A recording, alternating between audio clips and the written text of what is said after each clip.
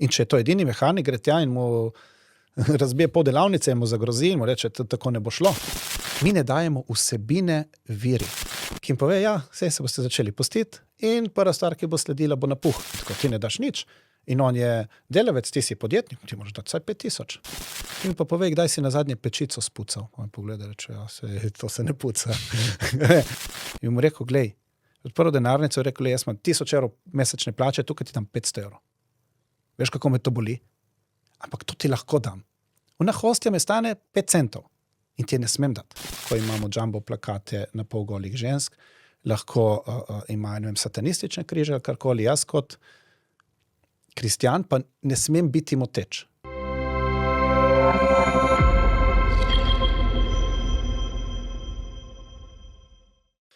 Primož Lisjak, pozdravljen, hvala za to, da si prišel danes.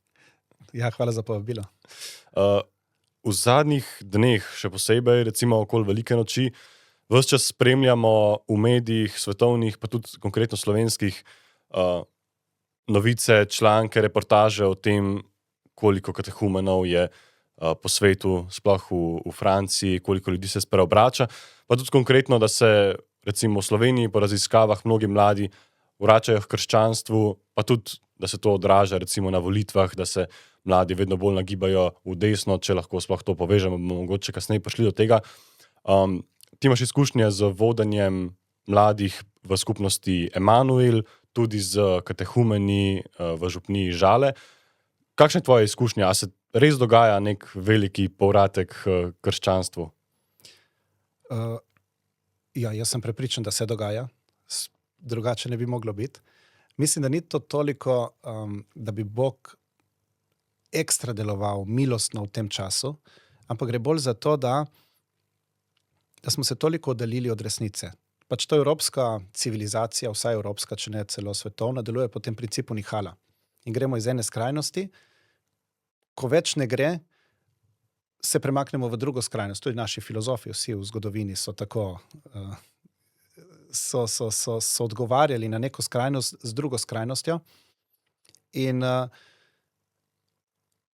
sporočilo cerkve ni prijetno. Vedno ima 2000-letno zgodovino, tudi 2000-letno težo napak, ki jih je lahko naredila, konec koncev je človeška. In zelo lahko je pokazati na napake. Organizacija, ki ima tako kilometrino. In vedno je bolj prijetno iti na nekaj, kar je moderno, nekaj, kar ni zastarelo. In zelo dolgo smo zdržali, da smo šli v neko moderno smer. Sedaj smo pa prišli tako daleč, da če nekdo ni prav zaslepljen, če ni v nekem velikem sovraštvu ali v zanikanju, tisti hip, ko vstopi v cerkev, ko spozna nekaj ljudi, vidi, da je to popolnoma drugačen svet. In vidi, da je to resnica. In ko ga Bog nagovori, ni, da cel svet je moralen, cerkev pa je malo bolj moralna. Cerkev ima že neko svojo moralo in svet ima svojo moralo. Tako da jaz mislim, da se sedaj končno pokazala velika razlika med tem, kam gre svet in kako odgovarja na hrepenenje vsakega človeka. In ko vidijo mladi, da se ne morejo nasititi v tem svetu, da ni nobene stvari, ki bi potešila to hrepenenje v njih, in ko zaslutijo, da je to lahko v cerkvi, se seveda potem nima druge izbire. Omenil si, da gre mogoče za neko nihalo na družbeni ravni.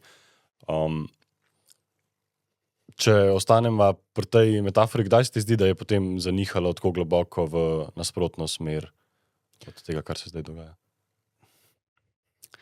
Mi smo čisto v cerkvenih krogih smo imeli mi to nihalo, je bil janzenizem. Ena velika skrajnost in huda napaka, huda zabloda. In se je vlekla zelo dolgo. Po obsodbi je še 150 let skoraj imel vpliv na pridige nekih duhovnikov, na neko okolje. Za njih je pa seveda potem v neko pretirano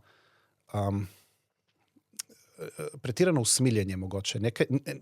Usmiljenje neke vrste, s katerim ne moremo niti evangelija prebrati v celoti, ampak moramo rezati, kaj je Jezus govoril, ga moramo cenzurirati, ker ni v skladu z našo razlago Svetega pisma. V svetu pa je zanihalo mogoče, jaz nisem zgodovinar, ampak kar sem prebral o cerkvi, tudi na Slovenskem, recimo med vojnama, začetek 20. stoletja,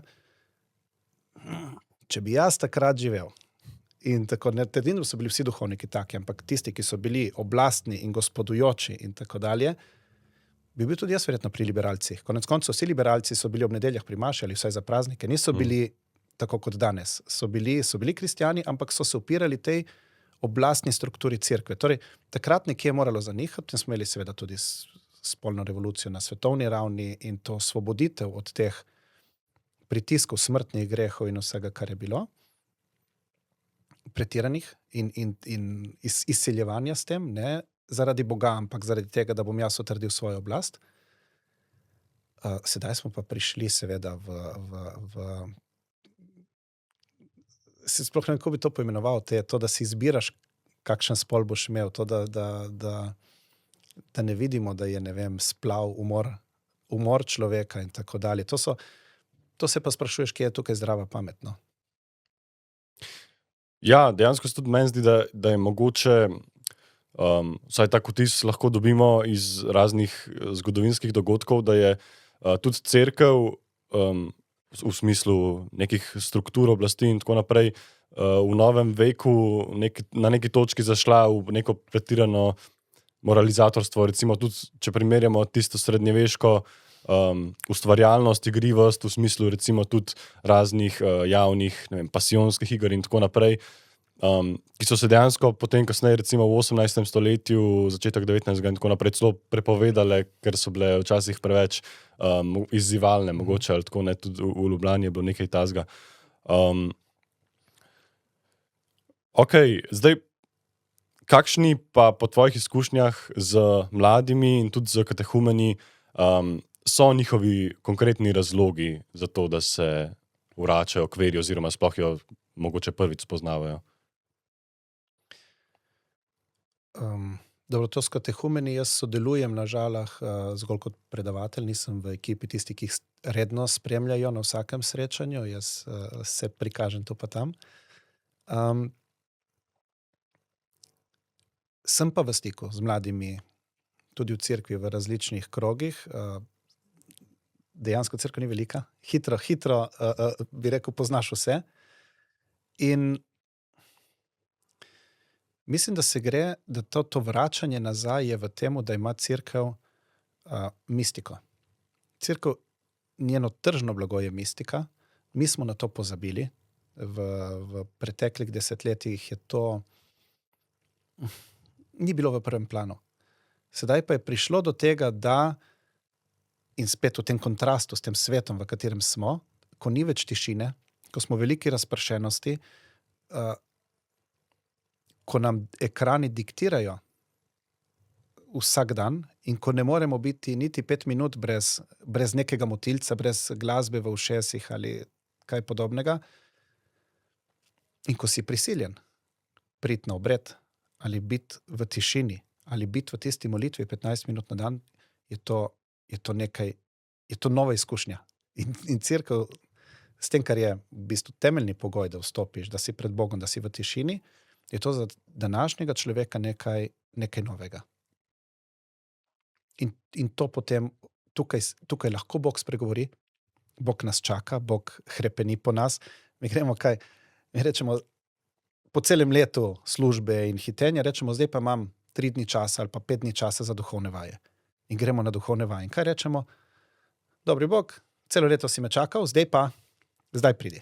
Zdaj pridi in zdaj mi povej, kar imaš za povedati in zdaj me napolni mi baterije ali kakorkoli reče ljudje, oziroma spregovori mi, da bom lahko živel to naslednje leto. In Bog pride. Ker hrepeni po nas, ker berači za našo ljubezen, ker je nepojmljivo, zakaj bi Bog, ampak tako deluje. In je tako predrzno deluje z naše strani, ko tako pogledamo, da bi mi Bogu diktirali, kdaj imamo mi čas zanj. In hkrati in tako stvar vseeno deluje. In tudi te mlade, ki vstopijo v cerkev, ki se srečajo, ki grejo samo na eno romanje, samo na eno sveto mašo, samo enkrat, ne vem, ali na stično mladih ali nekam, in tam nekaj doživijo. Bog izkoristi, Bog, če mu ponudiš bilko, jo bo zgrabil in te bo potegnil.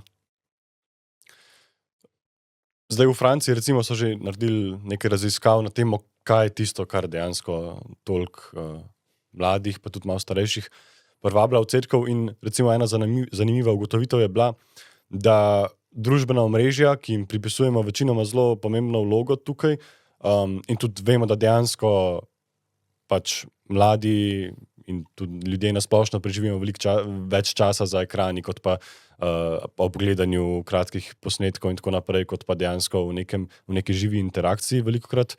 Ampak so ugotovili, da za večino spreobrnjencev ni bil to nek prvi vir, da je imelo večjo vlogo recimo branje Svetega pisma ali pa to, da so dejansko samo doživeli izkušnjo neke svete maše, romanja in tako naprej, kot si omenil.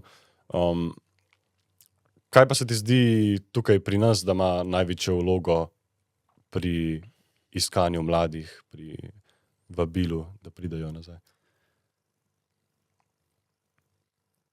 Mislim, da tudi tukaj je ta osebna izkušnja. To, da ga je nekdo pripeljal, da ga je nekdo nagovoril, da mu je nekdo govoril o Jezusu. Prepričan sem, da je zelo dobro, da kristjani izkoriščamo družbena omrežja za to, da oznanjamo Boga, ampak jaz mislim, da dajemo temu preveliko težo. Preveliko težo temu, da mislimo, kaj vse iz tega naredimo, ali dosežemo, ali kdo vse preko tega nekaj dobi. Zelo pomembno je zagotovo, tudi to opažam tudi pri katehumenih, tudi pri teh mladih študentih in tako te, ki so na novo odkrili vero, da jim zelo pomagajo predavanja, sploh pač v angleškem jeziku jih je ogromno na YouTubeu in potem to so zelo so notri. Knjige so pa za njih, malo berejo, kar je velika škoda, so pa na srečo se pač informirajo prek predavanj in vsebine je dosti kvalitetne. Tako da pač prva faza je zagotovo osebni stik, druga faza je pa to zelo pomembno, to so nove knjige. No? To, da je cel svet povezan, to, da vidiš, da nisi čuden. Če si iz neke majhne župnije nekje, pa je malo mladih pri maši in tako in se ti zdi, da si čuden, ko greš na splet, ko odkriješ te stvari, potem te vidiš, da nisi sam. Tako da to je pomembno. Ni pa to prva stvar. Tudi pri skupnosti Emanuel delate misijone, apostolate in tako naprej med mladimi. Kakšna je pa izkušnja od tam? Mi z ženo sva sodelovala v tem apostolatu do poletja, 7 let, v najstniški skupini. In izkušnje so bile fantastične. Mladi, prihajali so mladi iz skupnosti, pripeljali so svoje prijatelje, pripeljali sošolce ali sorodnike. In jaz sem prepričan, da normalno je, da mi želimo mladim približati Jezusa tudi na nov način, to je dobro. Normalno je, da jim želimo dati kakšno privabilo. Recimo, tako kot bo župnik peljal ministrante na pico, pa vemo, da niso zaradi pice pred oltarjem, tako kot bomo peljali mlade smučati ali ne vem, na pohod v hribe, tako kot bomo igrali kitaro ampak to ni glavno. To so spremljevalne dejavnosti, ki pripeljejo mladega k močni izkušnji Boga. To bi moral biti naš cilj in nam se dostikrat zgodi, da to zgubimo. Mi bi vedno nekaj novega, se bojimo dati mladim nekaj starega. Hkrati pa ta svet ima več modernega, kot imamo mi. Več veselja, bi rekel veselja. Več opcij ima, da jim nudi zabavo, kot jih ima cerkev. In cerkev se ne more nikoli otresti tega, da je starinska. Ker je starinska. Ker je Jezus en tip izpred 2000 let. Ker ni nek nov guru, neka nova filozofija. In je obremenjen s tem, da je to bila filozofija naših staršev. In cerkev namesto, da bi to mi podzavestno to hočemo skriti, se hočemo predstaviti vesele in moderne, bi morali to na nov način osmisliti. Jaz sem bil, mislim, da zadnja generacija, zagotovo, mladih, ki so se zbirali okrog Vinkota Kobala. starejši so bili pač starejši. Jaz sem bil ta zadnji najstniki, ki smo bili v tej šoli za animatorje in tako, to sem bil ob njem eno noč pred smrtjo, celo noč in tako. In se spomnim, njega je zelo zaznamovalo en obisk Argentine, argentinskih Slovencev in nam je razlagal. Je rekel, da tisti misleci, filozofi, umetniki, vse, kar je tam skoncentrirano, da te očaki slovenstva zjutraj, ko stopijo skupaj, začnejo dan, da se pokriže, začnejo moliti, tebe ljubim, stvarnik moj. In meni, mlademu človeku, to je obrnil svet. To se meni zdelo otroška molitev, to je bila brezvezna molitev, to je bila molitev, ki je bila zlajnana. In ko pomisliš, če njim to nekaj pomenilo, potem se tukaj skriva nekaj več. In tako se skriva v cerkvi, v liturgiji, v zakramentih. Potrebno je na novo osmisliti, na novo pokazati. Mladi moraš pokazati, moraš jih upeljati v to. Oni potrebujejo motivacijske nagovore. In na koncu vsakega motivacijskega nagovora seveda mora biti neka ideja, kako pa zdaj naprej. Kaj bom naredil z tega? In tako je treba. Pred vsako adoracijo skoraj treba jih med 5-minutni ali pa na začetku polurni nagovor ali pa 15-minutni, da je to Jezus. Če jih samo pelješ, ni nič, se bodo dolgočasili. Oni potrebujejo znova in znova in znova to navduševanje. In iz tega se gradi potem. Tako da ja, mi smo ta program za mlade peljali z veliko veselja in pesmi in slavljenja in tudi na morje smo hodili za cel teden in tako, ampak hkrati je bila vedno ura tišine, vedno adoracija, vedno možnost spovedi. Vedno so bile,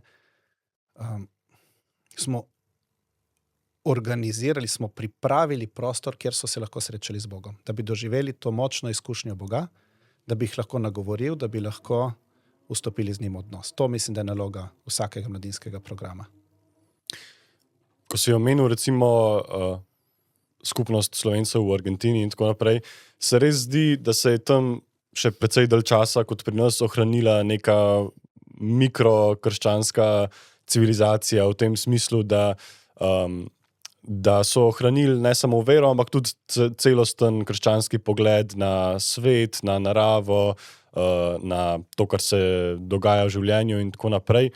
Medtem, ko smo pa danes mi, pa tako mladi, ki se na novo spreobračajo, kot samo tisti, ki pač bolj resno začnejo jemati vero, se zdi, da smo velikrat kot da bi, ne vem, ponovno začeli nositi klobuk, kakor so ga nosili pred 300 leti, ki je recimo lep in nam paše in tako naprej, ampak nam ni zares naravno vse skupaj.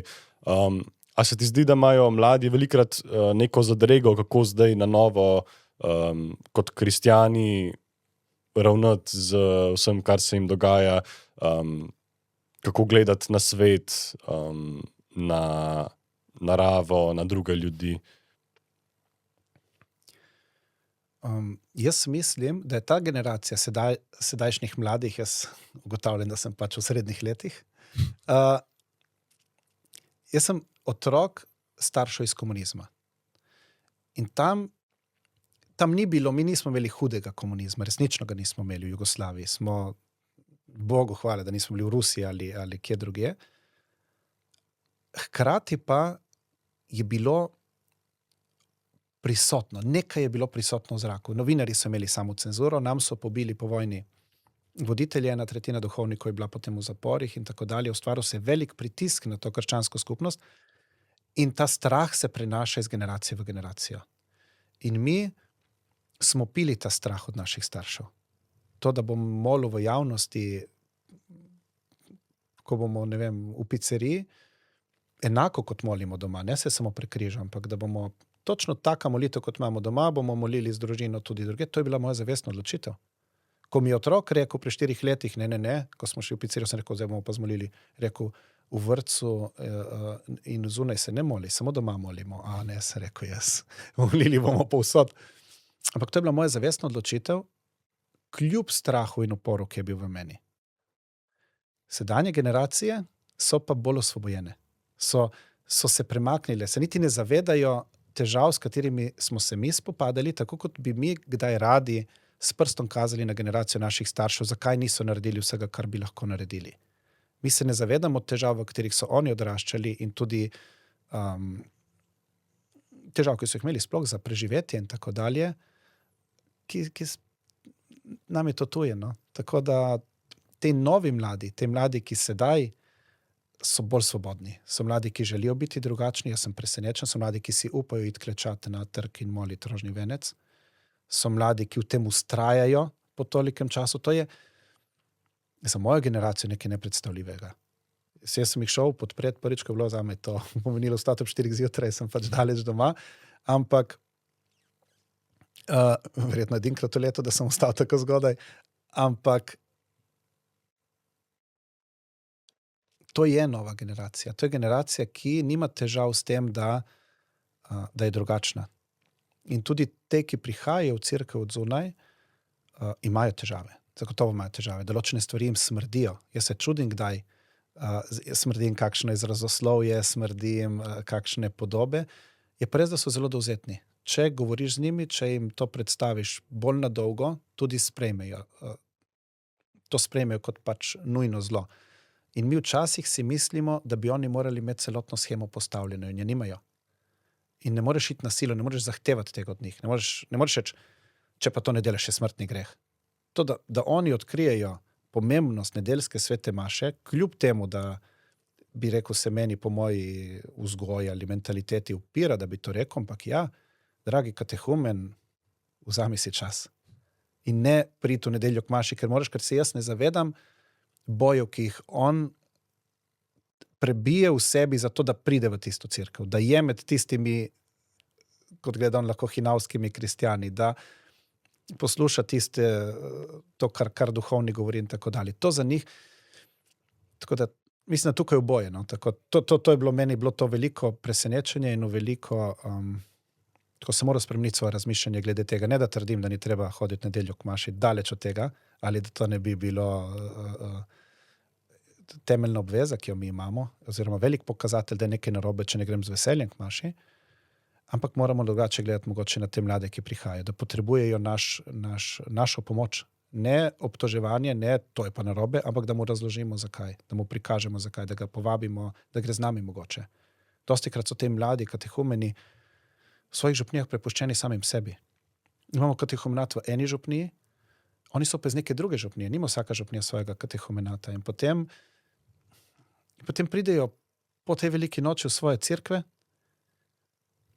in nihče jih ne objame, nihče ne ploska, nihče ne reče, super, tukaj si, ti si naš brat, želimo te spoznati.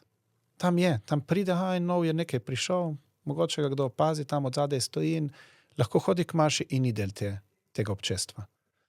Tako da to so težave, s katerimi se spopadamo. Ko so govorila o teh razlikah med generacijami, se pa zdi, da to povzroča neka trenja ali pa različne vidike tudi znotraj cerkve. A ne? Se vidimo, da tudi nad molitvijo rožnega venca na trgu pa podobnimi javnimi izrazi vere, procesijami in tako naprej.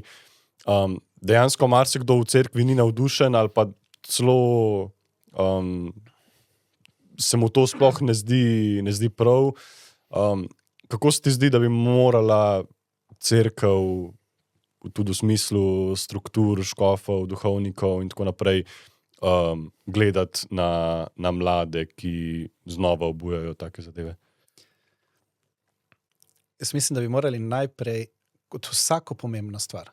Se pravi, če jaz razločujem, kako naj gre moje življenje naprej v nekem vprašanju, je prvi pogoj, da to lahko delam, da izpraznim to odločitev svojih pričakovanj ali želja. Da se potrudim in da strahove izničim v notranjem monologu, v molitvi in da rečem, ja, če se pa to zgodi, kaj pa če se osramotim? Ja, dobri Bog, danes pridem sem, kaj če se osramotim? Če to v tvojem načrtu, Gospod, to spremljam. Z veseljem sprejmem, tudi če mi, ne bo jezik tekel, če bom kakšno neumnost povedal, ali če me bo... In enako bi mi morali se ustvariti to sveto ravnodušnost in potem šele vstopiti v razločevanje. Kot je popolnoma vseeno, ali se boš na koncu odločil za eno stvar ali za drugo. Mi pa prepogosto, in to že vidimo, kako hitro ljudje odgovorijo na nekaj novega, kar zvejo, se vprašamo podzavestno, kako bo to vplivalo na moje življenje, čemu se bo moral odpovedati, kaj bi bilo, če bi od mene sedaj to zahtevali. Konec koncev, če bi sedaj rekel nek duhovnik ali kdorkoli, to je pa fajn stvar na trgu, naslednji stavek je, potem pa pridi in se nam pridruži. Ampak nekdo, ki pomisli, da bo tam pred kamerami, ki so bile na začetku, in klečal, in da ga bodo vsi videli, in je prepoten, v hipu je prepoten. In zato niti ne pride do tega, da bi bil prepoten, ker on že naprej reče, ne, to pa ni način. Mene je zelo nagovorilo, mi je dalo drugačno en brat iz Emanuela, iz Avstralije. Mi v Emanuelu imamo kakšne čudne ideje, recimo, da tudi imamo misijone, niso samo te, celo jih je malo, ampak da pristopiš do ljudi na ulici, da jim daš Božjo besedo, da jih povabiš v cerkev in tako dalje.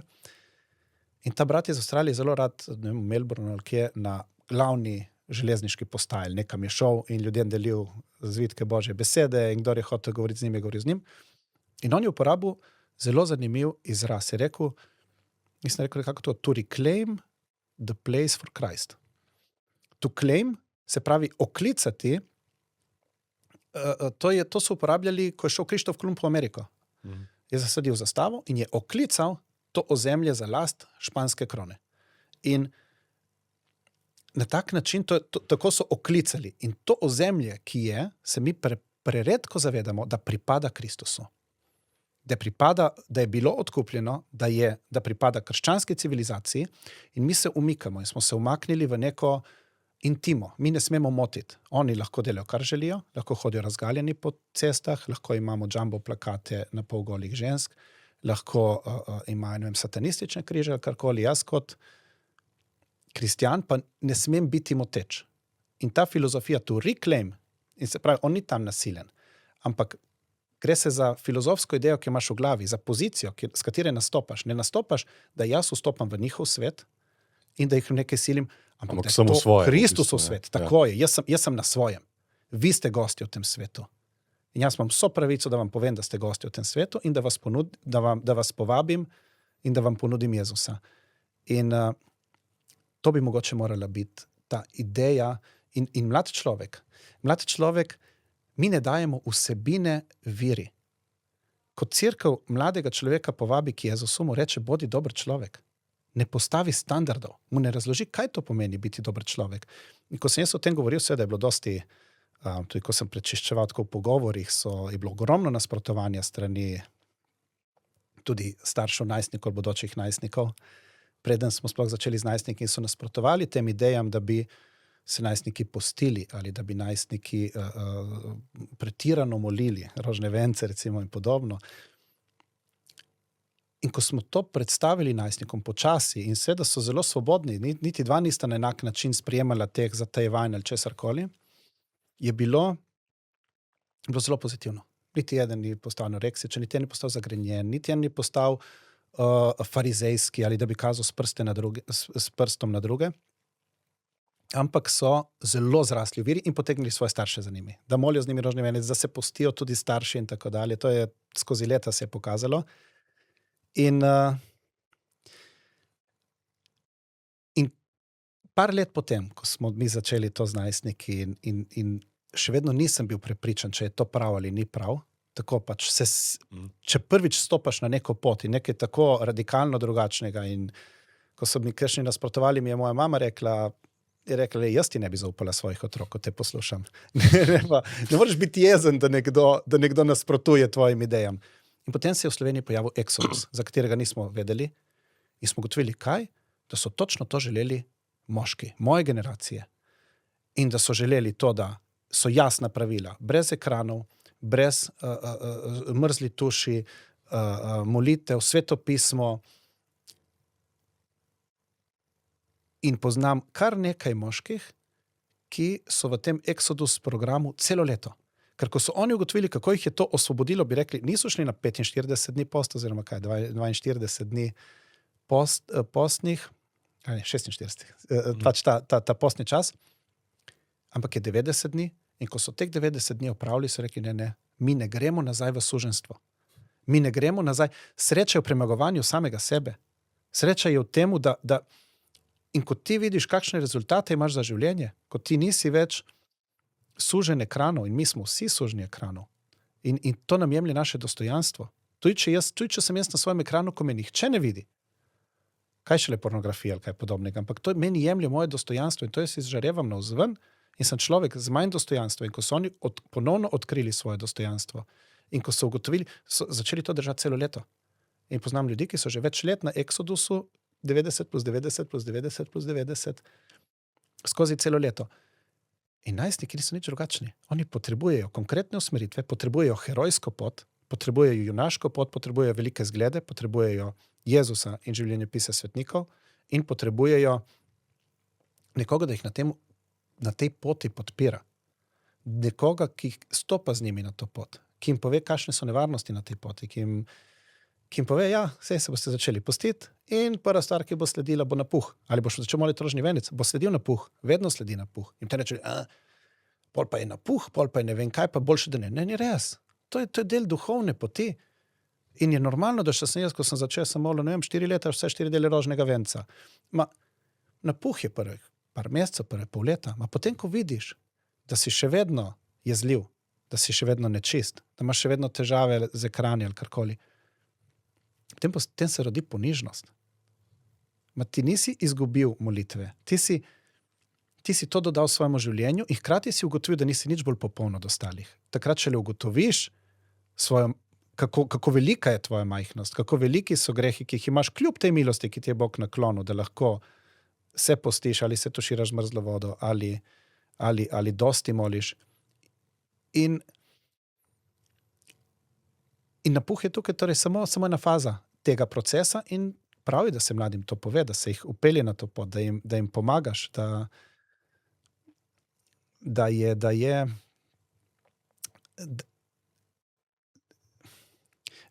lažje, če gre nekdo s teboj po tej poti. No.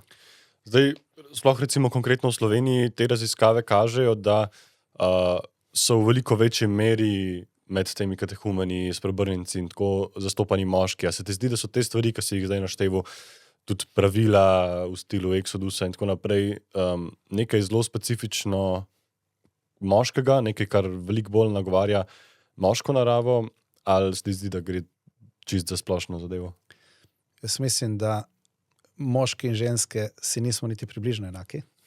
Smo lahko enakopravni, ampak smo si zelo različni. To lahko vidimo že, ko pogledamo 500 let preteklost. Ne glede na to, kako revni so bili ljudje, vedno je imela vsaka vas več gostilen za moške, kjer so igrali karte, kjer so igrali šah, kjer so žene kakšno zabavo so imele. Medtem, ko so ličkale koruzo, so lahko prepevale. Ali med štrikanjem, kvačkanjem, kleklenjem so klepetale.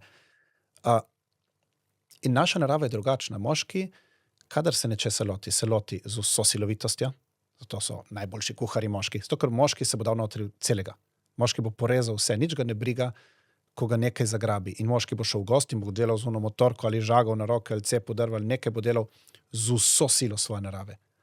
Ampak potem bo tudi počival temu primerno in ima tudi vzpone in padce večje. In žene so delale z nekim ritmom, niso nikoli toliko nečesa vložili. In ta moška narava je v temu, da mora biti nekaj vredno našega napora. Da mora biti, če imaš 2 drevesi, tudi če nikoli ne boste rodili, se ne boš šel ukvarjati s tem, s čim bi jih moral spomladi pošpricati ali po zimi, da boste rodili. Ker ne boš za 2 drevesi, za dve češ, višnji ali karkoli, šel mešati neke brozge in jih špricati in vse, brez veze. Če imaš 20 dreves, se boš potrudil. Spravi, ko je dovolj velik cilj, bo moški na to odgovoril. In to je moška narava. To je moška narava, ženske, one imajo tudi Fiat in tako je, ne trdim, da so čisto drugi svet, ampak v moški naravi je to, da se premagamo, to, da smo gospodari sami sebe, to, da smo svobodni, to, da si zastavimo nek cilj in tja pridemo in to je moška lastnost. In hkrati v tem svetu je moškost napadena. Moškost je zelo napadena, moški smo poklicani, mislim, klic moških ženskam današnjega časa je pustite nam služiti. Moški služi družini s tem, da jo vodi. To zna, te karizme je prijel od Boga, to mu je položeno v zibko. Ne zna, zato je bil ustvarjen. Mi tega ne znamo, ker smo generacije brez očetov, ker so bili vsi v službah, ker nismo odraščali več na kmetijah, kjer so nas vzgajali učitelji v šolah oziroma tovariši in tovarišice še v mojem primeru. Ampak zato je bil moški poklican. In mi da se lahko strinjamo, vsi se strinjamo, da ženske delajo orjaško delo, da so večino časa z otroki, da kuhajo, da pomivajo, da delajo dela, ki jih nihče ne opazi, za katerim ne damo priznanja in tako dalje. In to je velik križ žensk. Ampak če bi mi sedaj šli k njim in jim rekli, tega ne smete več početi, to bomo mi zdaj vzeli, to bomo počeli mi, moški, bi bil strašen upor. Bi rekel, ženske, kaj se greste, to znamo. To je naš križ, ampak brez tega križa je življenje prazno. To je to, kako lahko mi služimo družini. Nisem jaz poklican, da bom služila družini, da bom obrambni okop ali da bom... In enako moški, imamo neke danosti, ki so nam vzete. V tem svetu so nam vzete in smo, to je pač dolga zgodba, zdaj, če bi odpirala to Pandorino skrinjico. In v cerkvi, tudi če ima cerkev težave z moškim in z njegovo moškostjo, nima težav s tem svetopismo. Nima težav s tem sveti Pavel, nima Jezus s tem težav, nima težav cela stara zaveza. Nihče nima težav z moškim kot moškim in z njegovim poslanstvom. In ko moški pride in sliši, je to veselo znanilo. Je to vesela novica. To, kar čutim, to, kar je v meni, to, kar se v meni prebuja, to ni napačno. To je namenjeno temu, da nečemu služi. In to, da sem jaz bolj jezljiv od moje žene, ne pomeni, da je s tem vse narobe, ampak to nečemu služi. Jaz ne smem tega zlorabiti, ne smem iti v napačno smer, ne smem se jeziti svojo Bogo ženo, ampak moram to jezo usmeriti v zaščito svoje družine. V to, da sem obrambni okop, v to, da sem skala, kjer se varno razvijajo. In to je, mi imamo vse te stvari, ki so v nas in ki nam govorijo, da so lahko napačne ta svet in da je napačno, da smo moški taki, kot smo. Vse to ima smisel v Božjem načrtu. In to bi moralo biti vir našega dostojanstva in ponosa. Ne pa stalnega občutka sramu, ker nisem kot ženska. Kako pa misliš, da bi morala cerkev to nasloviti? Ker nekako se zdi, da ne ve čisto dobro, kaj naj z moškimi v cerkvi danes naredi. Ne? Vidimo, ne vem, še tiste zadnje stvari, ki so recimo bile včasih moška domena, ne vem, ministranti, ne vem, po koncilu delivci obhajili in tako naprej, se zdaj širijo na vse, že tako ali tako so večinoma ženske prisotne v, ne vem, ŽPS-jih, pri, ne vem, poučevanju verouka in takih zadevah. Kje vidiš, da bi lahko cerkev najbolj naslovila moške, ki prihajajo, ali pa ki so že tako v cerkvi? Sem razmišljal, že te mesece sem razmišljal že o tem, da imamo moške posod, da moški niso nezainteresirani, da so v krajevnih skupnostih in da so v svetih šole in da so pri lovcih, da so pri gasilcih, moški so in delajo. Cerkev jim ne da dela. Mislim, tako kot se sliši, en duhovnik je rekel, da je šel zbirati že leta nazaj, je zbiral za streho. Za streho cerkve, za obnoviti. Je šel tudi k nevernim v vasi. Je šel k njim in rekel, to je vaša cerkev. Jaz bom šel, vi boste ostali. Rekel, in kakšen podjetnik pa si, da te ne briga za vas. Se vidiš to streho cerkve iz svoje hiše. In on je rekel, v redu je rekel, koliko ne dam? Je rekel ta. On je tam je dal, zdaj karikiram, je dal 1000 evrov. On daje tudi med letom, ko hodi v cerkev, da se zbira za to in tako. Ti ne daš nič. In on je delavec, ti si podjetnik, ti moraš dati vsaj 5000. On je rekel, okej. Rekel, okej. Rekel sem, povejte, koliko ne dam. In je dal.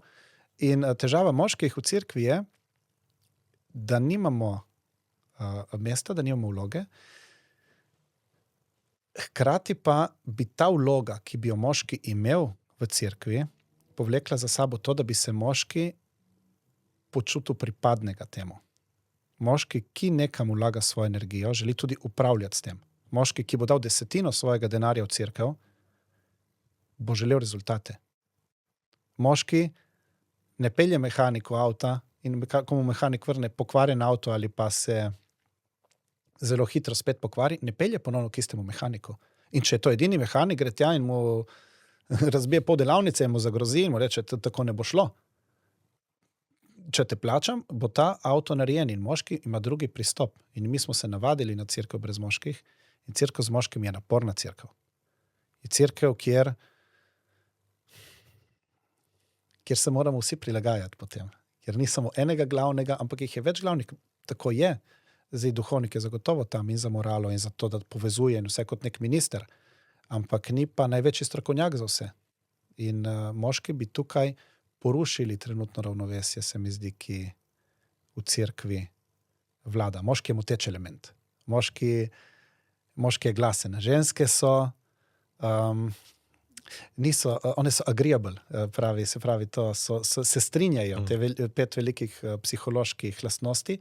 Smo moški tisti, eno izmed teh je agreeableness, se pravi, da se strinjamo z nečim in moški smo tukaj tisti, ki se ne strinjamo. Ženske so oni, ki se strinjajo in zato moški je pripravljen vstopati v konflikte, v mini konflikte, ki bi žensko pojedali in moški pa v to vstopa in moški ima drugo naravo. Ima drugo naravo tudi po psihologiji in ko bi v cerkev mi dali toliko moških kot žensk, bi imeli težavo. Sploh, če bi te moški ne samo prišli ob nedeljah, ampak da bi imeli neko funkcijo in da bi nekaj delali. Kakšna konkretno pa bi bila lahko recimo neka taka funkcija? Če so govorila že o delo z birmanci, ampak ne na način, mislim, jaz sem tip, da bom predaval, recimo. Ampak cel kup moških pa ni na način, da bodo predavali. Bi pa lahko delali z birmanci,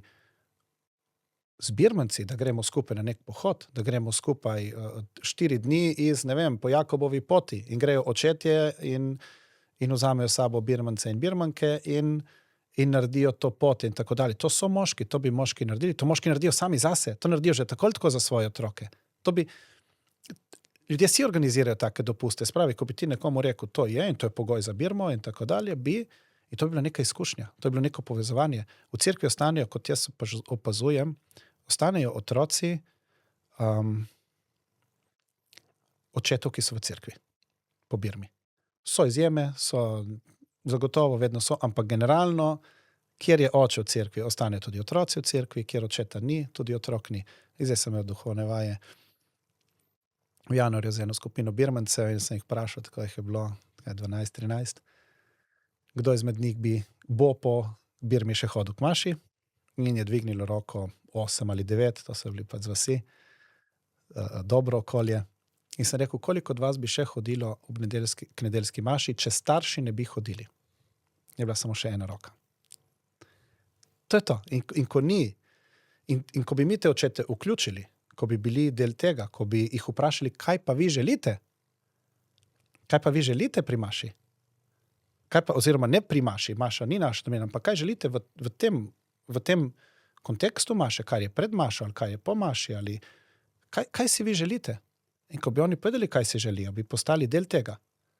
In bi jim to nekaj pomenilo in potem bi seveda bili pripravljeni tudi ostati zraven.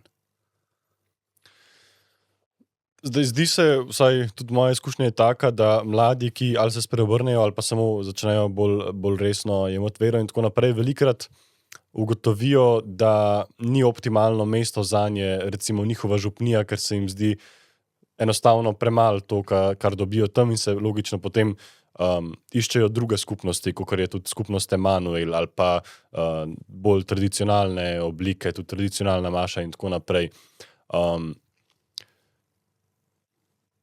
Kaj naj naredimo, recimo po tvojem, z takimi mladimi, ki enostavno po eni strani se za to župnije krhajo ali pa ostajajo brez teh mladih in pa če dejansko bolj odhajajo v te skupnosti, včasih so bila to bolj neka gibanja, ki so mogoče zdaj prišla v neke druge oblike, ampak a se zdi to, mislim, pozitivno, nekako naravno, ali pa kaj so tudi mogoče težave, ki lahko iz tega izvirajo? Spet smo tam, kako se jaz počutim kot duhovnik ali kdorkoli. Poznam duhovnika, je star, letos bo 80 let, se pravi stara garda, ja, in hkrati je duhovnik, ki je odprtega duha. Celo življenje vedno bi odprtega duha in tudi zdaj, in je rekel, imam enega birmanca ali dva, oziroma mlade, ki bi, oziroma ne birmance, ampak mlade, z birmance makar, ampak oni, ki bi hodili, potem to so vasi razpršene, imajo več župni. Rekel, kaj naj, ena na ena delam, se niti spodobi, ne, da bi ono. In on jim predlaga, da naj grejo drugam, on jih podpira, da grejo drugam, on ve, da nekaj potrebujejo in da jim on tega ne more dati, ne zato, ker bi bil on slab, ampak ker trenutna in njegova življenjska situacija spravi leta in okoliščine na župni ne dajo temu mlademu, ki je zainteresiran, to, kar bi potreboval za duhovno rast. In reče, lej, pojdi v to sosednjo župnijo, tam imajo ono skupino, tam imajo skupino, predlaga staršem, jih tudi peljo lahko na oratorij zelo daleč stran in da so potem tudi v ekipi za oratorij in tako. To je nek dober, nek zdrav pristop. Mi smo, to je tako težko, to tolikokrat opaziš. Jaz sem recimo človek, ki imam, pa vsak izmed nas ima neke napake, k nečemu smo nagnjeni, jaz imam zagotovo izljivost, nečistost in napuh in tako dalje, nimam pa nevoščljivosti. To sploh ni moja težava, da bi videl nekoga, ki ima nekaj boljše in da mu ne bi tega privoščil. In kljub temu, ko nisem pazljiv, vidim, da se primerjam. Tu pa tam se zgodi. In to moraš biti, in mi se radi primerjamo in radi jemljemo za nek osebni poraz. Mi peljemo otroke k Jezusu. To je naš cilj. In mi se moramo zavedati, da nimajo vsi enakih potreb. Jaz imam 4 sinove. 2 hčerki sta še mlajši, še 2 hčerki. In prvi je najbolj delaven. Ko mu naročil naj nekaj naredi, bo naredil to, plus še ne vem, kaj vse zraven in bo pozabil na čas. In ker je tak lahko po vzgoji, ker je tak po naravi, ker je tudi psihologija pravi, da prvi otrok je najbolj odgovoren. Ne vem zakaj.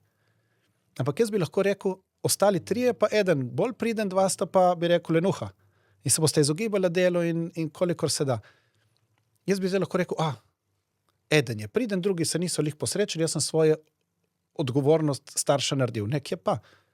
Jaz moram vse njih spraviti na nivo delovnosti, nek splošen nivo, in ki je trenutno, kot je pač v svetu situacija, so ekstra, pridni proti drugim in samostojni v delu in tako dalje, pač te drobna dela, ki jim dam.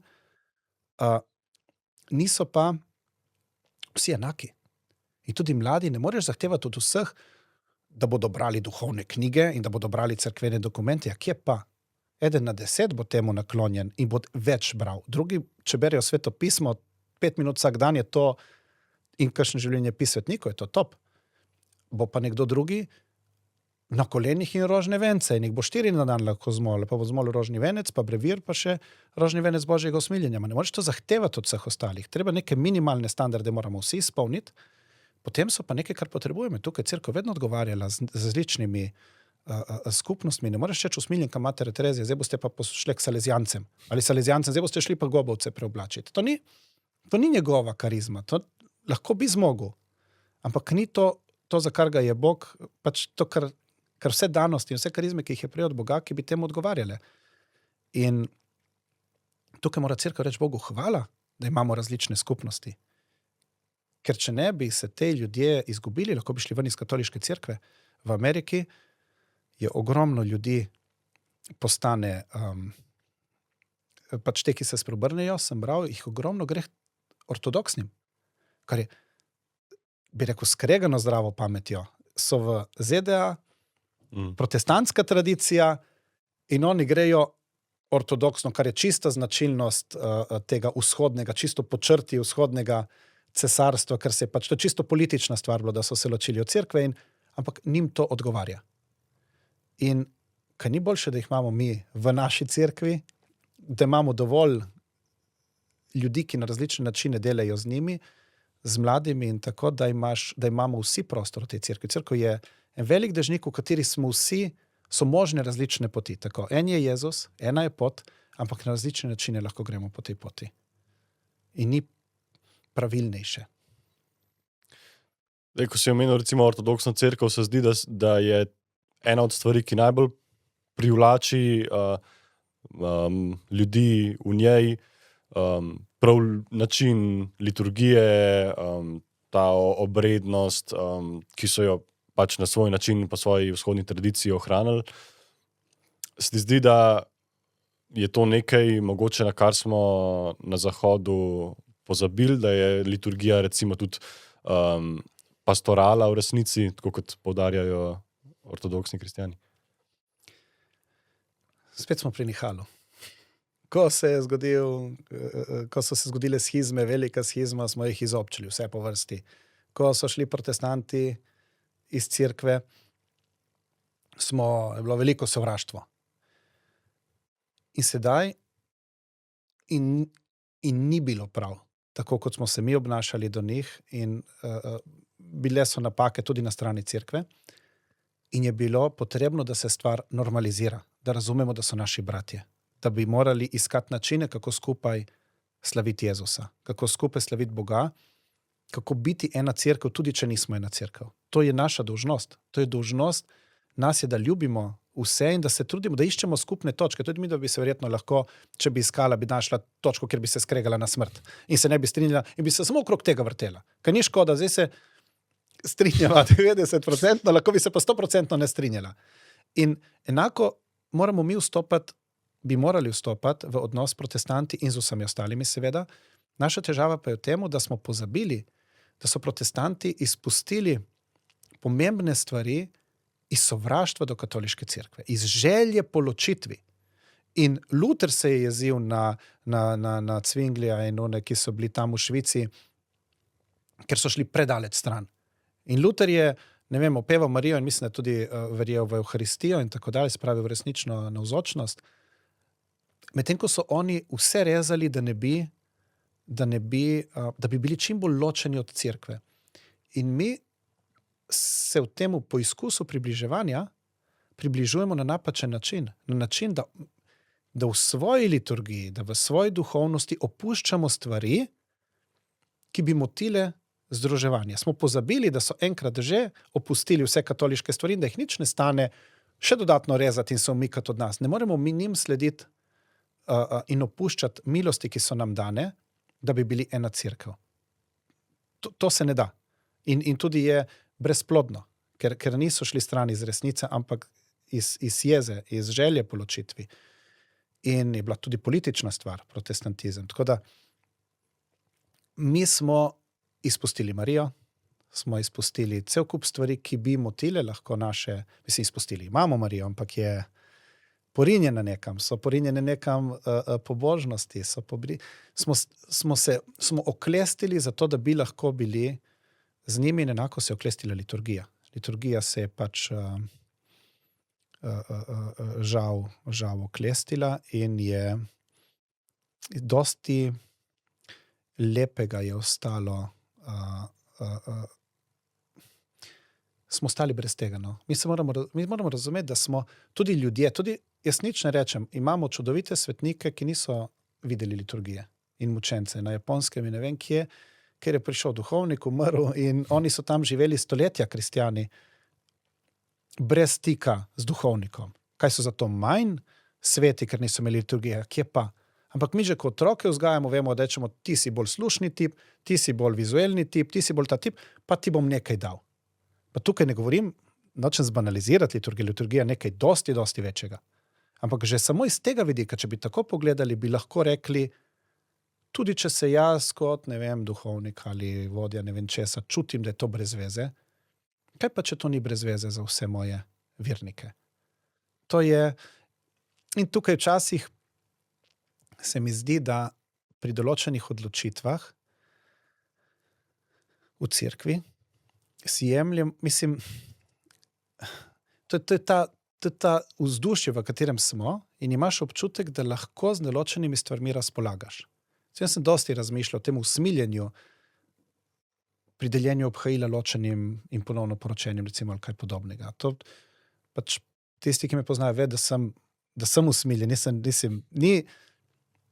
bi pomagal, ampak sem razmišljal, kakšen bi moral biti pristop duhovnika pri temu. In jaz mislim, da mora biti celo, če bi mi prišel nekdo prvič, ko obhajilu bi mu celo dal, da ga ne bi osramotil pred celo cerkvijo, na mojo vest, in bi šel k spovedi, ampak ne bi ga hotel osramotiti, bi se pa takoj o tem sestal z njim. In bi mu rekel, glej, odprl denarnico, rekel, jaz imam 1000 evrov mesečne plače, tukaj ti dam 500 evrov. Veš, kako me to boli? Ampak to ti lahko dam. Ona hostja me stane 5 centov in ti je ne smem dati, ker ni moje, da bi ti dal. Jaz nimam pravice, jaz sem tukaj postavljen za varuha. Ko sem obljubil, da bom duhovnik, da bom spoštoval pravila cerkve, sem obljubil, da ti tega ne bom dal. To je, ampak mi pozabimo na to razsežnost tega in enako je pri liturgiji. Ko ti postaneš, določenih stvari ne moreš spreminjati, ne smeš spreminjati. Določene stvari pripadajo škofovski službi ali celo papežu in ne moremo delati, kar hočemo. Tudi jaz nimam pravice delati s svojimi otroci, kar jaz želim in kot si jaz predstavljam. In niti svojo ženo. Moram delati v neki... To je... Tukaj mogoče nam manjka, ni zloba, ampak je samo napačen način. Mogoče smo preveč sproščeni. Nekdo, ki dela v trgovini, ne more kar deliti za stojn stvari. Tudi če je šef trgovine njegov brat ali sorodnik, ki sta v super odnosih. In lahko da. In lahko imaš ti takega šefa, da ko ti pride en reven, da mu nekaj daš in ko reče šef, kje pa je ta stvar, rečeš, ja, prišel in lačen, raztapan in sem mu dal. In bo rekel šef, dobro je, super si naredil. To ne pomeni, da lahko daš vsem vse. To je tukaj, to nam mogoče nam filozofsko, ta koncept nam manjka. No? Mislim, ne stojimo več notri v tem konceptu, ampak mislimo, da je na nas, kar damo in da smo mi usmiljeni, to ni usmiljenje. To je neizpolnjevanje dolžnosti, ki si jih sprejel. Zdaj, danes, ko že par stoletij ne živimo več v krščanski civilizaciji v tem smislu, da bi neke ključne družbene institucije temeljile na recimo krščanskem moralnem nauku in tako naprej. Se zdi, da če začnemo spet celostno imeti krščanstvo, tudi družbeni nauk cerkve, celotno filozofijo, pogled na svet in tako, da hitro ugotovimo, da marsikatera stvar, v kateri smo prisiljeni sodelovati, pač ni dobra za naše zveličanje, za zveličanje naše družine in tako naprej. Kakšna je tvoja osebna zgodba, ko si se mogel soočati s tem, tudi za ženo, z družino, ste v bistvu na nek način se oddaljili od mnogih takih stvari?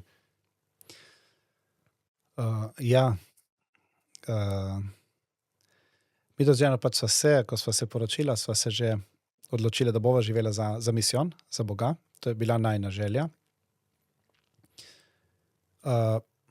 Otrok imava več, kot so jih načrtovala. Pač. In sva iskala te poti, no. Ampak problem je, da ljudje smo družbene živali. Zelo težko je iti proti toku, proti družbi.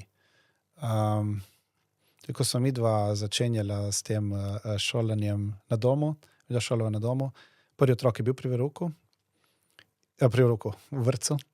In takrat ko je imel 2 leti, sem potem razmišljal, sem v zakonski skupini omenil, da bi šolo na domu, so bili vsi proti. Sem rekel, če so oni proti, vsi smo se poročili istega leta, smo bili prijatelji.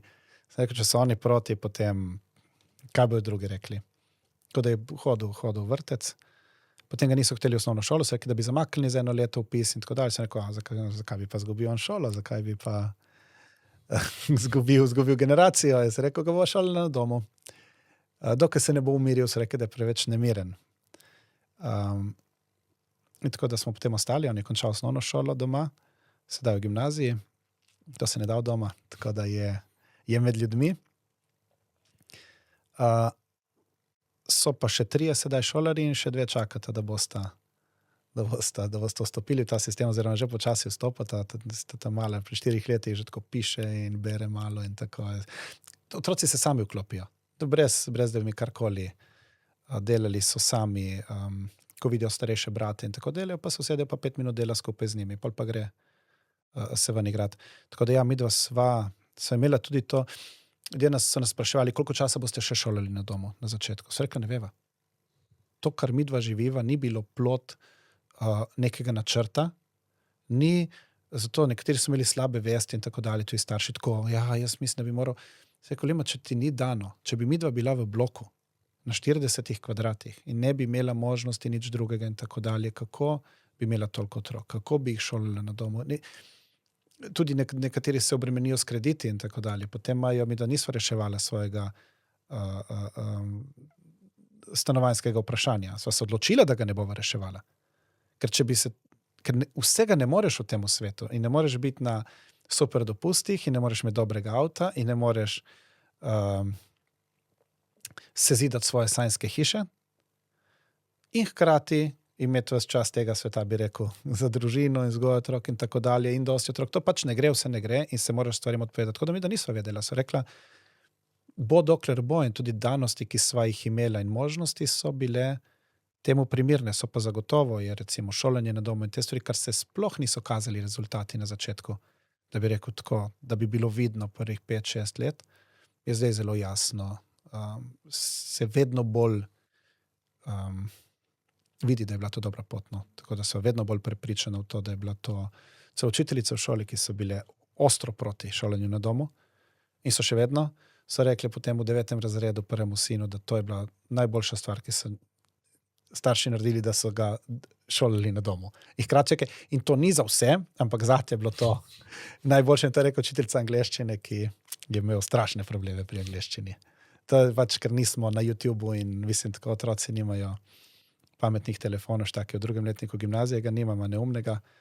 Imamo doma računalnik in tablico in vse in kar rabi ima, nima pa tega v svoji sobi, bi rekel, dobro, razen učenja, ni to dostopno neprestano in tako dalje, ker če jaz nisem kos ekranom pri mojih letih in z mojo voljo in z vsem, kar sem dosegel v življenju, koliko manj je moj bogi 16-17-letni sin zmožen nadzora nad tem. Tako da to je moja usluga njemu, da odrašča v moškega, ne v pokveko.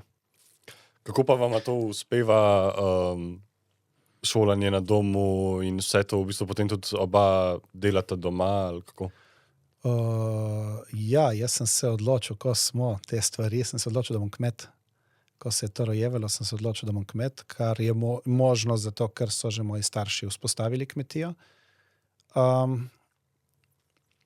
In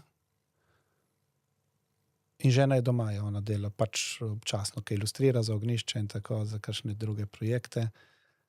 Sicer pa je doma, ona je doma sem tudi jaz, bi rekel, kot kmet, otroci so v povezavi, so v tem stiku z zemljo, z delom, hkrati pa imajo šolo in mislim, da je najpomembnejša stvar, ma ni pomembna, da morava paziti na to, dejansko se ne da drugače živeti tega življenja kot veliki povezanosti med možem in ženo. Ker če si cele dneve skupaj, od jutra do večera. In ja, sedaj imava kar nekaj ljudi, ki naj jo tako podpira pri tem, ampak ko sva začela, so bila čisto sama. Celo sedaj ogromno vernih, ki šolajo na domu, ko smo mi začeli pred 12 leti in smo šli na srečanje staršev šolarjev na domu. V bistvu mi dva sva bila, če bi karikiral, skrajna desnica, oni ortokristjani, oni so bili pa skrajna levica. Tisti hippie in new age in čisto drugi svet. Ni bilo, vmesnega skoraj ni bilo in sva bila na večjih srečanjih tako dalje, ampak ni bilo to najno okolje. Tako da nisva potem nikoli vzdrževala stikov ali da bi bila del tega. Kljub temu, da to je pomembno, da se starši teh otrok povezujejo in tako, ampak plus, da živimo precej stran od ostalih.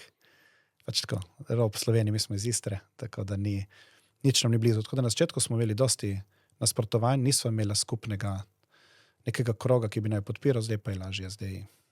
In ta odnos se mora roditi na začetku. So morala res biti enotna v vsemu in moja žena mi je dovolila in mi dovoli, da služim družini tako, da vodim. In jaz zato lahko umiram za družino. In zato lahko podredim svoje življenje temu, da sem oče in mož in zato lahko pustim svoje hobije in vse, ker imam veselje delati za njih. Tako da te stvari se izravnajo same po sebi. No. Se zdi, da ima ta stik z zemljo, z letnimi časi in tako naprej, ki ga potem tudi pač tvoja družina, otroci doživljajo, da ima neko zelo veliko tudi pedagoško vlogo v soglasju z cerkvenim letom in tako naprej, ker se zdi, da je to nekaj, kar so v bistvu vse generacije naših staršev do pred recimo 100 leti ali pa kakorkoli imele, medtem ko danes niti približno ne razumemo, nimamo več tega odnosa potem, ki se pretvarja tudi, v to, kako gledamo na hrano, praktično na vse, ne? Ja, jaz mislim, da ima to izredno, mislim, jaz to živim. In potem, ko živiš, opazuješ posledice, ki jih ima na tvoje življenje. In ugotoviš, ne da bi prej filozofsko rekel, to je najboljša stvar, pač to je rekel Janez Marija Vianney, da je najboljše biti kmet in to me je spremljalo od otroštva. 6., 5. razreda, ko sem prebral in on je rekel, kmet lahko razmišlja o Bogu, medtem ko zdravniki in oni pač morajo razmišljati pač o drugih stvareh, ki jih ima kmet, pa je prost. Ima pač lahko delo, bi rekel, za možgane in lahko razmišlja o Bogu. Ampak potem, ko to živiš, ugotoviš, da drugače dojemaš recimo že samo to, da je vse dar. Kdo bi ti pristal, da delaš celo leto na polno in na koncu leta bo 5-krat metala kovanec in glede na kombinacijo dobiš plačo. Lahko dobiš 100% plače, 120%, bolj verjetno 70%, lahko ne dobiš nič. Ampak celo leto si hodil v službo, celo leto si plačeval potne stroške, celo leto si vlagal v to, kmet ima še dodatne in na koncu leta bo metala kovanec. Dejansko ni od mene odvisno. Pridelek ni odvisen od mene. Pridelek je odvisen sploh v teh časih od vremenskih neprilik in potem, ko čudovito obrodi, pa ne moreš prodati. Ker imajo vsi. In recimo. Tako da, to je ena stvar, ki se rodi iz tega. Druga stvar, ki se rodi iz tega je, da imaš zdrav odnos do stvarstva. Moji otroci noben ne muči živali, noben se ne izživlja. Mislim, to je v otroku. Otrok ne zaznava bolečine drugega in vedno boš dobil kakšnega, ki muči enega škorpiona tam, kakšnega mičkenega in pol mu razložiš, da je škorpion živalca, ki je Bog ustvaril z nekim namenom in da odraža lepoto Boga in tako dalje. In hkrati moraš razložiti, da je vse lepota stvarstva, dokler ne pride v mojo klet, dokler ne pride na naše dvorišče, dokler ne pride in uničuje naš vrt, in takrat postane škodljivec. In takrat smo mi poklicani, da temu gospodujemo in da to žival ubijemo. In to zdrava pamet, ta zdrav odnos do stvarstva je v svetu izgubljen. Lahko imamo medvede, ki ogrožajo ljudi v neposredni bližini bivališč, in mi imamo naravovarstvenike, ki skačejo in govorijo, da ne, Boga živalce in to. Kakšno Boga živalce? Če bi ti mu podganil kleti, bi jo ubil. Torej,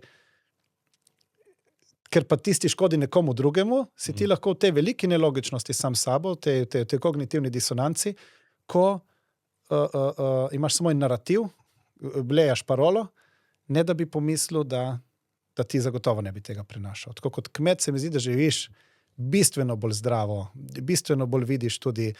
Jaz sem rekel, da bodo pač hčerki sta še majhni in tako dalje, ampak da bosta, so se nik pogovarjala z ženo, ko se rojevajo vzgojni principi, sem rekel, da bosta morali iti parkrat delati ven tako za cel dan, da bosta zmatrani 2-3 dni zapovrstjo, da te boli telo, pač ne ker bi dvigal 100 kg, ampak ko se 100-krat skloniš, je vse boli drugi dan. Zato, da bodo ugotovile, da niso sužnje, ker so v hiši, recimo, ker je, pri nas vsi delajo vse. In fantje normalno pomivajo posodo in tako dalje, ampak ko imaš tako, ko jih imaš 6, zagotovo ne bojo fantje kuhali, one bodo pa, ne vem, v gozdu delale ali pa orale. Ampak če izkusijo to, potem vejo, da je nekaj, kar ni prijetno delati, da je bolj prijetno mogoče neka druga delati. Tako normalno se rodi to. Jaz ne trdim, da so v današnjem svetu je malo moško-ženskih del, če živimo v bloku. In če žena sama pelje avto k mehaniku. In če mož niti žarnice ne zamenja, ne more zdaj mož reči, to so pa moška dela, pa tudi če zamenja 2 žarnici in reče ženi, ti imaš pa vsa ostala ženska dela. Jaz se tudi smejem, tudi včasih mi rečejo ljudje, ja, midva si pravično deliva hišna opravila. Jaz rečem, res rečem možu, ti mi pa povej, kdaj si na zadnje pečico spucal. On pogleda, reče, ja, to se ne puca. Žena se smeje zraven. Tudi ko rečemo, je pol, ve žena, da ona nosi levi delež. In tega se moramo zavedati. Hkrati pa se moramo zavedati, da nam je dano drugačne lastnosti. No? Smo drugačni in smo drugače poklicani. In to se na kmetiji, recimo, se to je nekaj naravnega, ni treba otroka učiti. Tako kot če imaš enega otroka, ga boš zelo težko naučil, da čaka ali da deli. Ko imaš 5 otrok, se bo to naučil sam od sebe. Ne more biti vedno prvi in ne more biti vse zanj. Spravi nekaj, kar pri enem otroku praktično nemogoče ga naučiti, ker s kom bo delil in koga bo čakal, to se pri 5 zgodi samo. In tako je tudi kmetija. Mogoče čisto za konc, kaj bi sporočil cerkvi, ki se zdaj, saj sva že veliko o tem govorila, no, ampak vseeno, mogoče še enkrat, kaj bi sporočil cerkvi, ki se zdaj sprašuje, kako nasloviti te mlade, ki prihajajo, ali pa tudi starejše, ki začenjajo bolj resno jemati svojo vero. Kaj so recimo ključne 3 stvari, ki bi jih tako konkretno mogla narediti zanje? Prva stvar, z mladimi je treba delati kot z odraslimi, ne s prevelikim sočutjem, napačnim sočutjem. Pavel je rekel, treba je teči tako, da boš zmagal. Govoril je o boju, govoril je o boksanju, govoril je o dajanju svojega telesa v sužnost, v disciplino, se pravi z mladim.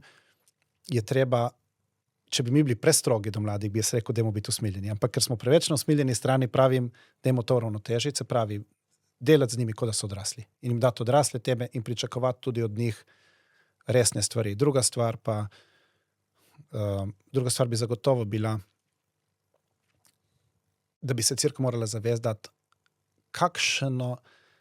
cerkev je vedno učila, da največji čudež, ki se zgodi, največji čudež, tudi če bi mrtvega obudili ali karkoli, največji čudež je spreobrnenje človeka, spreobrnenje duše. In ko smo temu priča, ko gledimo mladega človeka, ki pride in reče prvič v življenju, Jezus je Gospod, bi morala cerkev zavriskati od veselja, kot če bi nekdo vstal od mrtvih. In bi morala reči, pridi sem, daj da poskrbimo zate. Tukaj je tvoj dom. In tudi če bi on rekel, kot sem jaz rekel, kar meni se upira moji naravi, da ne more iti vsako nedeljo k maši, moraš reči, ne, pridi, ti rabiš mleko, ne rabiš še mesa. In tako mora reči cerkev, vsakemu pridi. Imamo zate in mleko, in meso, in zelenjavo, kar potrebuješ. In tretjič, cerkev bi se morala zavedati, da je za to odgovorna. Te ljudje so nam zaupani. Te ljudi nam Bog pošilja. Za te ljudi bomo nekoč dali odgovor. Odgovor bomo dali za vse mlade ljudi, ki smo jim bili dober ali slab zgled. Jaz se redno molim za ljudi, ki sem jih pohujšal. Ki sem v svojih mladih letih, lahko tudi zdaj, ampak takrat definitivno, svojim vedenjem in ravnanjem, ki sem jih pohujšal. Ki sem jim bil slab zgled, ki sem jih moralno pokvaril s svojim zgledom ali svojimi dejanji. In mi se moramo zavedati velike odgovornosti, ki jo imamo, in da bomo dajali odgovor za vsakega takega mladega, ki mu je Bog obrnil srce, mi smo mu pa svojimi ravnanji in dejanji smo ga odbili od Boga. Tako da so le 3. Ja. Ok, Primož, najlepša hvala ti za ta pogovor. Z veseljem. Hvala za povabilo. Hvala tudi vam, dragi gledalci, da ste si vzeli čas poslušali ta pogovor z našim gostom Primožem Lisjakom in vabim vas, da spremljate Slovenski čas še naprej. Se vidimo.